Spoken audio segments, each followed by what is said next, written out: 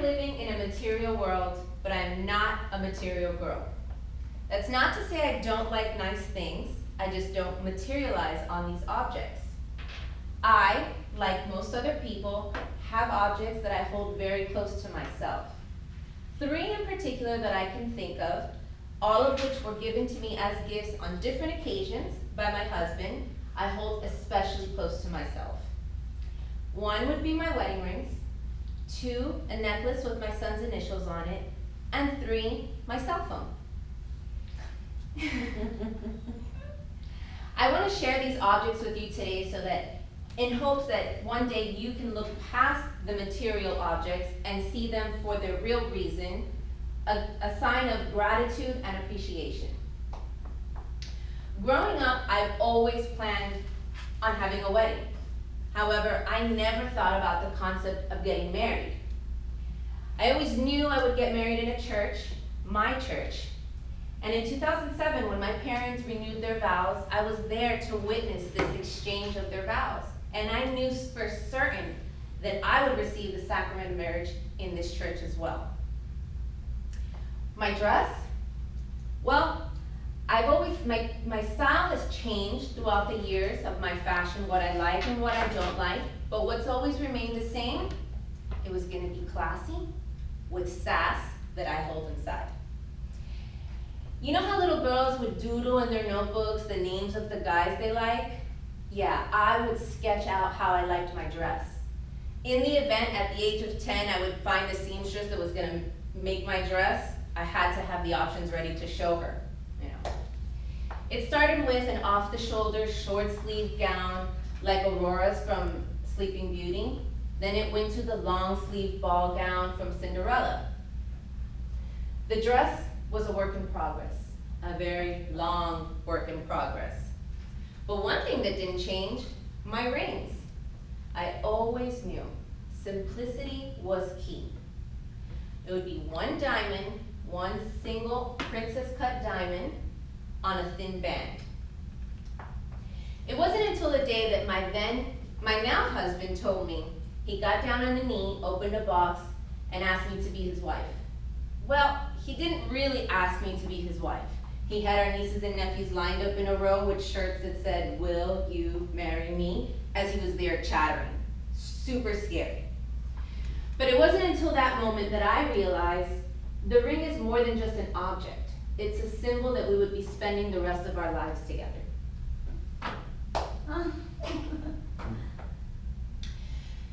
I hold my rings very dear to me. I wear them every day. It's a sign and it shows me how hard my husband has worked to provide for us. I realized getting married is not just about planning a wedding. Now it's building a family. Which brings me to my next object, my necklace with my son's initials on it. See, when I was pregnant with my son, this idea of push present kept circulating and circulating and circulating. And it's not something that I knew of. So what did I do?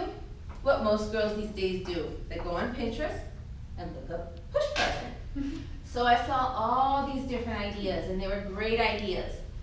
First, there was a necklace with a nameplate.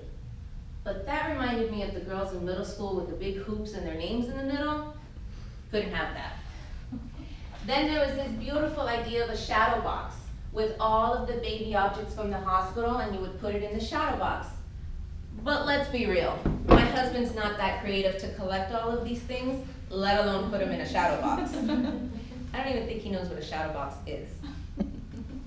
Then the next object that really made me weak in the knees was this thin gold necklace with a little charm with an initial in it. I had to have it. But here's the problem. I didn't know what a push present was. How's my husband gonna know? So now I have to plant the seed in his head and afterwards hint at what I want. So my friends tried to help.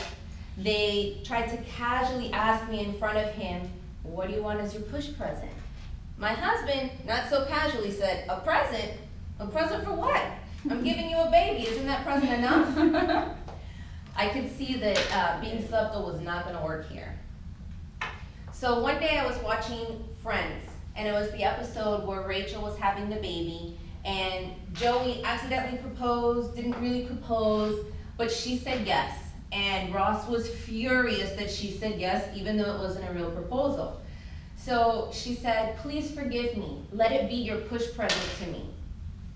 Needless to say, I almost flipped off the couch looking for the remote so that I can rewind it, record it with my iPhone, and send it to my husband. If Friends recognize push present, we too must recognize push presents. The day my son was born came and went, not a push present to be seen. But to be honest, I didn't think about it either. It was a very emotional day. The present wasn't anything. However, the weeks to follow was a different story. Where's my present? So about 2 months later, still no push present. I'm pulling out of the driveway. As I turn the steering wheel, something falls on my lap. And when I look, it's this thin gold chain with initials embedded in the chain, and it was my son's initials. So it wasn't exactly what I wanted, but it was better because he wasn't on autopilot going to the store and getting exactly what I wanted. He put his own twist to it and he brought it to me. This chain I hold close to me.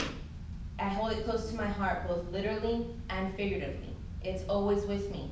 When I see all 3 initials, I see my son. When I see the M, I think of the life I have with my husband as a Marquez. So there have been days that I've left the house without my rings and I feel naked. There was one time I went on a trip without my necklace and I regretted it every morning.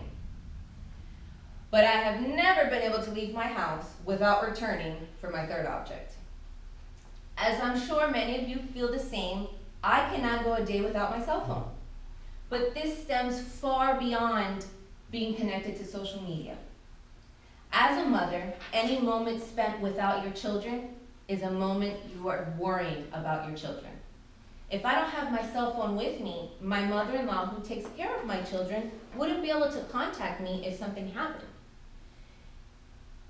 Aside from not being able to contact me if something happened, I miss them all day. And now with technology, I'm able to FaceTime them, not just hear their voice, but see their face. It helps me go through the day. Now, besides just being a connection to my children on a daily basis, my cell phone holds a lot of memories, and memories of pictures. About 2 weeks before my daughter was born, I asked for a cell phone. I asked my husband to get me a cell phone. It was close to Christmas, so I said it could be my Christmas present, because we know I couldn't ask for it as a push present. It would take months before I got it. So I asked for it as a Christmas present. I needed this new phone for 2 reasons. One, my old phone didn't hold any charge. And if any of you have had children before, you know that once that baby's out and they take that baby to the other room, everybody forgets about you. So you're sitting in the recovery room by yourself. I needed my phone, and I needed it to hold more than 15 minutes of charge. The second reason, this phone wasn't giving me enough space to take pictures. I'm finally having my baby girl. For every day I was planned to be in the hospital, I had 3 outfit changes with different bows. I needed enough space to take pictures. I try to take as many pictures as possible so that I can capture every moment, live with these moments. I find myself rewatching videos while I'm at work just because I miss my children. Plus, it's much easier to brag about how beautiful your children are when you have the proof in your phone, in your pocket, or in your purse.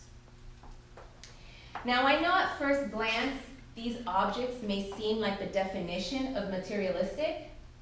My wedding rings, my necklace with my kids' initials, and my cell phone. But these 3 objects hold a much deeper meaning to me. They are symbols and connections to my beautiful family. Now I ask you, if you were to be sent to a deserted island and you could only take 3 objects with you, how materialistic would you be?